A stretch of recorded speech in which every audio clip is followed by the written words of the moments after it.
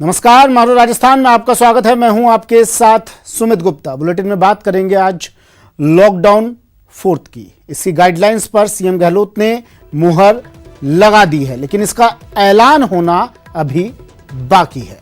इसके बाद बात नवजात के रक्षा कवच की। अब प्रदेश में जन्म के साथ ही नवजात बच्चों को इंदिरा प्रियदर्शनी बेबी किट मिलेगा। इसकी शुरुआत सीएम गहलोत ने जनाना अस्पताल से की। इसके अलावा बात होगी राजस्थान हाईकोर्ट की छुट्टियों पर कोरोना की मार की। साथ ही बताएंगे मरुधरा में कहां कहां टिड्डियों ने अपना कहर बरपाया है। और इस वक्त की बड़ी खबर, कोरोना अपडेट आपको दे देते हैं। दुनिया भर में कोरोना के 48,30,526 मामले अब तक सामने आ चुके हैं। अब तक 3,17,204 लोगों की कोरोना से दुनिया भर में मौत हो चुकी है। दुनिया में 18,71,692 लोग स्वस्थ होकर अपने अपने घर भी लौट चुके हैं। यानी स्वस्थ होने वालों का आंकड़ा मौतों से ज्यादा है। 213 देशों में कोरोना वायरस का कहर फैल चुका है। अमेरिका में 90,928 लोगों की, माफ कीजिए, अमेरिका में 90,988 लोगों की कोरोना से मौत हो चुकी है। और अब देश के हालात। देश में कोरोना संक्रमितों की संख्या 96,000 पार कर चुकी है। 96,169 मामले अब तक सामने आ चुके हैं। अब तक 3,029 लोगों की कोरोना से देश में मौत हो चुकी है। वहीं 36,824 लोग स्वस्थ भी हुए हैं। 56,316 लोगों का अब भी अलग अलग क्वारंटीन सेंटरों में, अस्पतालों में इलाज चल रहा है। अकेले महाराष्ट्र में 33,053 और गुजरात में 11,379 केस सामने आ चुके हैं कोरोना के। दिल्ली में, राजधानी दिल्ली में अब तक 10,000 से ज्यादा लोग संक्रमित हो चुके हैं।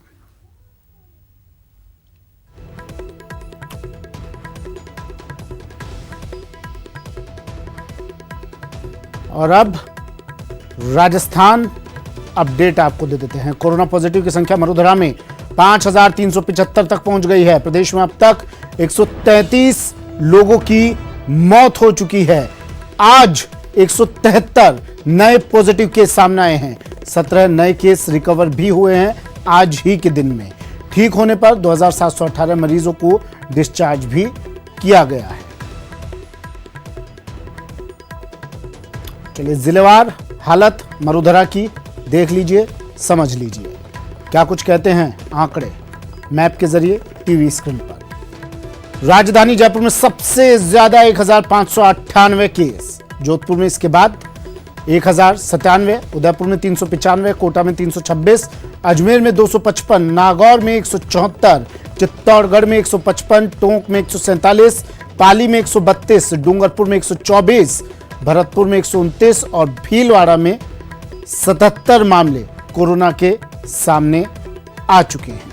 एक एक कर तमाम जगहों के आंकड़े टीवी स्क्रीन पर ग्राफिक्स के जरिए।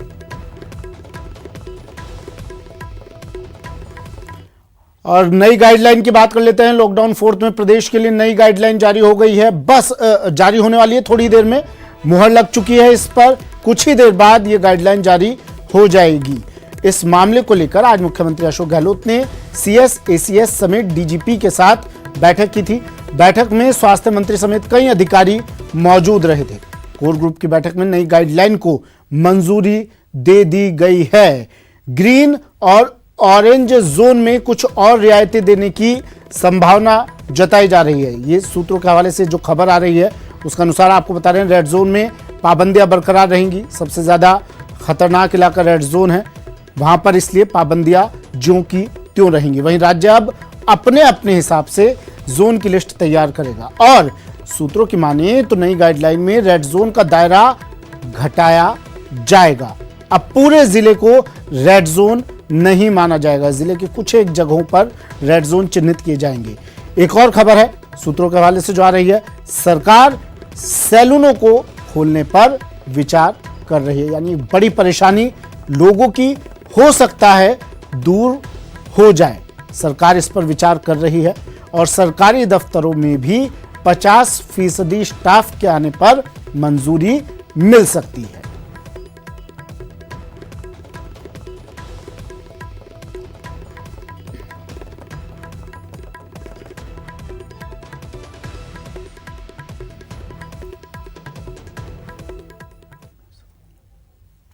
ग्रीन जोन में करें और अपने स्तर पे डिसाइड करें कि क्या गतिविधियां अनुमत हों और क्या नहीं हों। जैसे ही ये गाइडलाइंस आई, माननीय मुख्यमंत्री जी के स्तर पे एक बैठक हुई जिस पे गहनता से क्या स्ट्रैटेजी हो इस पर विचार किया गया।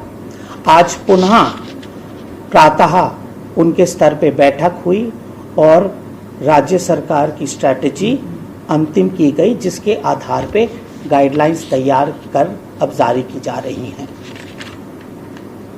राज्य सरकार ने जो अभी गाइडलाइंस जारी की हैं, ये 3 सिद्धांतों पर आधारित है।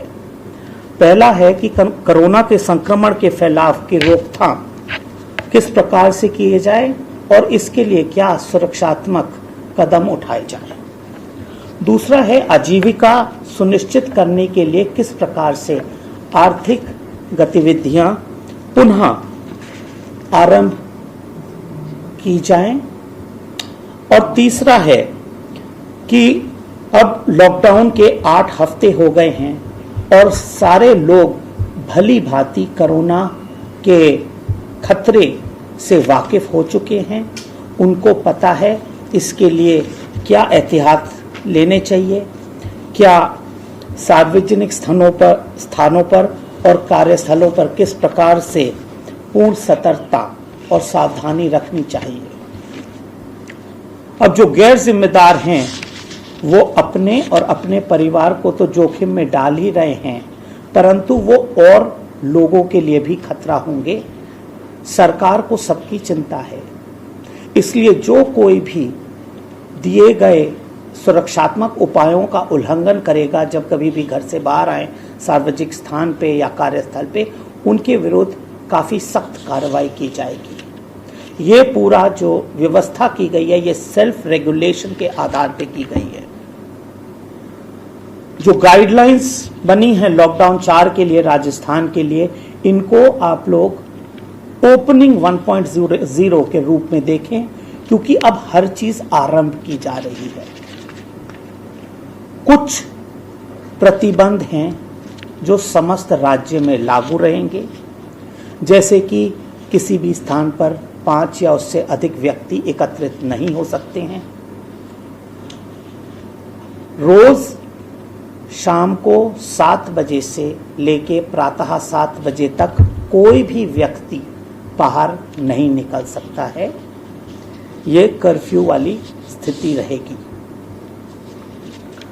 शैक्षणिक, कोचिंग संस्थान, hotel, cinema hall, shopping malls, gym आदि ये सब बंद रहेंगे। किसी भी प्रकार का समारोह आयोजित नहीं होगा, चाहे सामाजिक हो, राजनीतिक हो, स्पोर्ट्स का हो, कोई पार्टी हो, किसी भी प्रकार की पार्टी, बर्थडे पार्टी नहीं आयोजित हो सकती। धार्मिक स्थल पूर्वानुसार बंद रहेंगे, किसी भी प्रकार का धार्मिक समारोह नहीं हो सकता। पान, गुटखा, तंबाकू के विक्रय पर पूर्ण रोक रहेगी। कुछ गतिविधियां हैं जो प्रतिबंधित की गई हैं, यानी कि कुछ रिस्ट्रिक्शंस के साथ वो खुल सकती हैं, जैसे कि sports complex, stadium, golf course, polo ground आदि। लेकिन ये केवल खिलाड़ियों के लिए है। यहाँ पर किसी भी प्रकार के दर्शक नहीं हो सकते और यहाँ पर अगर कोई क्लब हाउस हो, कैंटीन आदि हो, ये सब बंद रहेंगे। रेस्टोरेंट्स, मिठाई शॉप और इस खाद्य पदार्थ वाली जगहों पर किचन खुला रहेगा। यहाँ से होम डिलीवरी और टेक अवे हो सकता है, अंदर कोई भी व्यक्ति नहीं जा सकता। नाई की दुकान, सैलून, ब्यूटी पार्लर आदि खुल सकते हैं, लेकिन इनके लिए काफ़ी सख्त निर्देश हैं। ये पूरी सुरक्षा अपनाएंगे, हर कस्टमर के बाद सैनिटाइज स्टरलाइज करेंगे। इनकी भी एक एसओपी इनकी एसोसिएशन ने बना रखी है। शादी समारोह में सबसे पहले एसडीएम को पूर्व लिखित सूचना देना अनिवार्य है। समारोह के दौरान सोशल डिस्टेंसिंग मेंटेन करने का दायित्व है जो समारोह आयोजित कर रहा है, और 50 से अधिक व्यक्ति नहीं हो सकते।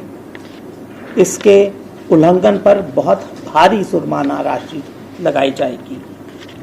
अंतिम संस्कार में 20 से अधिक व्यक्ति नहीं हो सकते और सभी जगह सोशल डिस्टेंसिंग मेंटेन की जाएगी। मैंने आपको बता दिया कि क्या परमिटेड नहीं है या क्या परमिटेड है शर्तों के साथ। इसके बाद सब कुछ परमिटेड है। तो अब आपको ये नहीं पूछना कि क्या क्या अनुमत है, किसी को नहीं पूछना। आप देखिए नेगेटिव लिस्ट पे कि क्या प्रतिबंधित है, और जो नहीं है वो सब अब खुल सकता है। और हर चीज के साथ शर्तें जुड़ी हुई हैं। जहां संक्रमण अधिक फैला हुआ है वहां उसको कंटेनमेंट जोन कहते हैं और वहां कर्फ्यू लगाया गया है।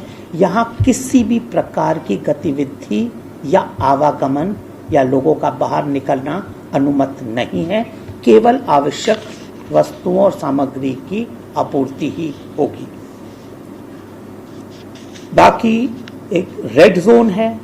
रेड जोन में कुछ रिस्ट्रिक्शंस हैं, जैसे कि आवश्यक विभागों या कार्यालयों को छोड़कर शेष में 50% कर्मचारी आएंगे, शेष वर्क फ्रॉम होम करेंगे। इसी प्रकार से निजी कार्यालयों में भी 50% स्टाफ अब आ सकता है, पहले 33% था। पार्क अभी नहीं खुलेंगे और बस, टैक्सी, ऑटो रिक्शा अभी रेड जोन में अनुमत नहीं है। ऑरेंज जोन में ये अनुमत हैं, बस, टैक्सी, ऑटो रिक्शा वगैरह, और पार्क खुल सकेंगे। ऑफिसों में 2/3 स्टाफ तक आ सकता है। ग्रीन जोन में सब कुछ अनुमत है, लेकिन जो सभी जगह के लिए शर्तें हैं वो लागू यथावत रहेंगी। जो शर्तें गाइडलाइंस में दी गई हैं उनकी पालना करना सबका दायित्व है, और कानूनी उसमें बाइंडिंग भी है। उनके उल्लंघन पर दंड भी मिले रहता है। दुकानें सारी खुल सकती हैं, लेकिन छोटी दुकानों में 2 से अधिक व्यक्ति और बाकी बड़ी दुकानों में एक समय पर 5 से अधिक व्यक्ति अंदर नहीं रह सकते। शेष लोग बाहर लाइन में सोशल डिस्टेंस मेंटेन करते हुए रहेंगे। दुकान के अंदर सोशल डिस्टेंसिंग होगी। दुकान के सभी लोग मास्क पहनेंगे, और कोई भी ग्राहक अगर मास्क नहीं पहना है उसको दुकानदार विक्रय नहीं कर सकता है, और बाकी उसको समय समय पर सारी चीजें सैनिटाइज करनी होंगी।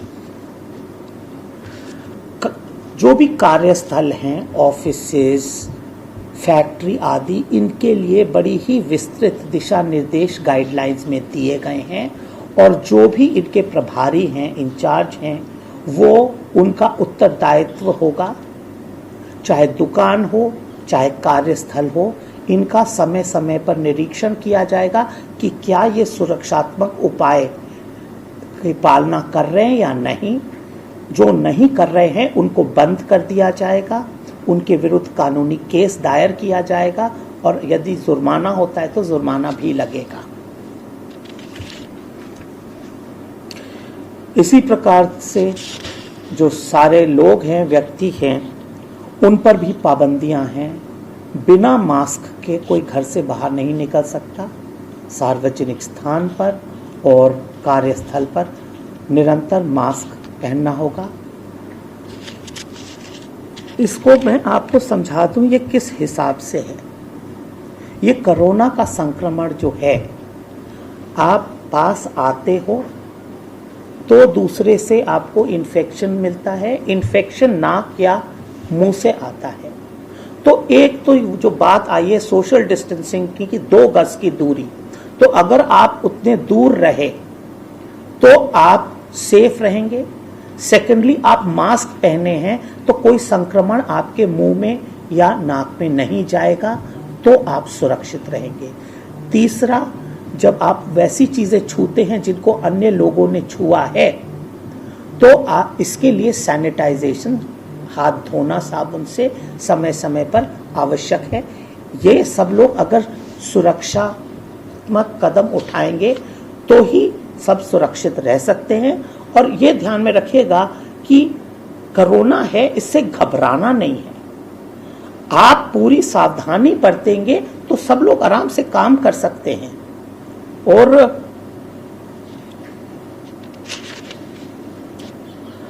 एक है आवागमन, इसके विस्तार से गाइडलाइंस में विभिन्न निर्देश दिए गए हैं। मुख्य अभी मैं जो बता सकता हूं वो ये है कि जिले के भीतर और अंतर जिला, एक जिले से दूसरे जिले जाने के लिए अनुमति है। काम पे जाने के लिए कोई पास की इसके लिए आवश्यकता नहीं होगी, क्योंकि विभिन्न जोन को रेड है, ग्रीन है, ऑरेंज है, इसको देखते हुए बस सेवा भी पुनः चालू करेंगे। हम रूट्स देखेंगे तो गृह विभाग जिन रूट्स को अनुमत करेगा उन पर बस सेवा आरंभ की जाएगी। एक और इम्पोर्टेंट बिंदु है, पहले वाहन संख्या में यात्री जो थे निर्धारित किए गए थे, जो वाहन क्षमता है उसके अनुसार यात्री ट्रैवल कर सकते हैं। यदि उससे अधिक हुआ तो उस वाहन के खिलाफ और लोगों के खिलाफ कार्रवाई की जाएगी, वाहन जब्त भी किया जा सकता है। राज्य से बाहर जाने के लिए या राज्य में बाहर आने के लिए विस्तार से निर्देश गृह विभाग ने 11 मई को जारी किए गए हैं, वो लागू रहेंगे। ये सारी व्यवस्था जो है ये इस पर निर्भर है कि लोग पूर्ण सतर्कता बरतेंगे और साथ में अब वापस नॉर्मल सी में आएंगे कि ठीक है कोरोना का है, थोड़ा ध्यान रखिएगा। आजकल कोरोना में एसिम्प्टोमेटिक केसेस आ गए, यानी कि दूसरे में अंदर इन्फेक्शन है पर लक्षण नहीं है, तो ना उसको पता रहता है ना आपको पता रहता है। इसके लिए अगर आप मास्क पहनेंगे और किसी और व्यक्ति से 6 फीट की दूरी रखेंगे, आप सुरक्षित रहेंगे। आप सुरक्षित रहेंगे तो आपका परिवार सुरक्षित रहेगा। धन्यवाद।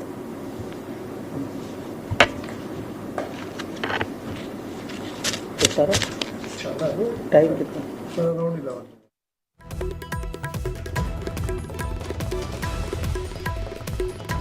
ने पत्रकार वार्ता में तमाम बातें, गाइडलाइन बताई। सशर्त हर चीज खुलेगी, हर दुकान खुलेगी।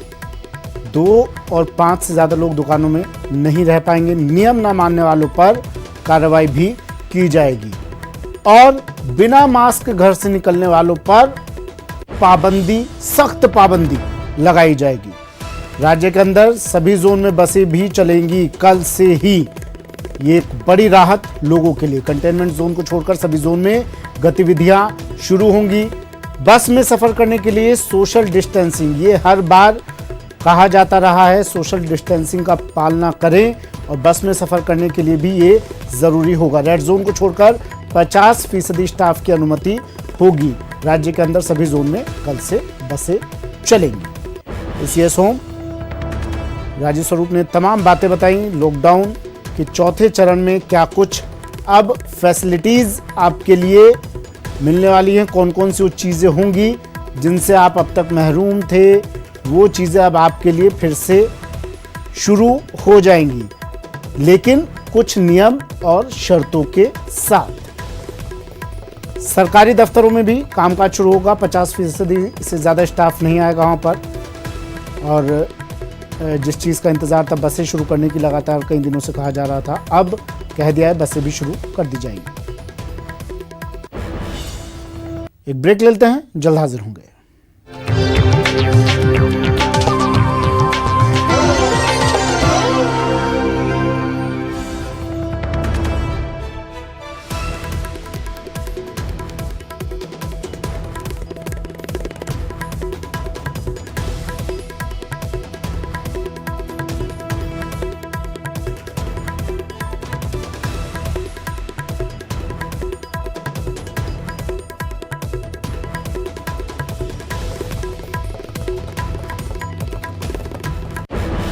News Network, News 18 Network.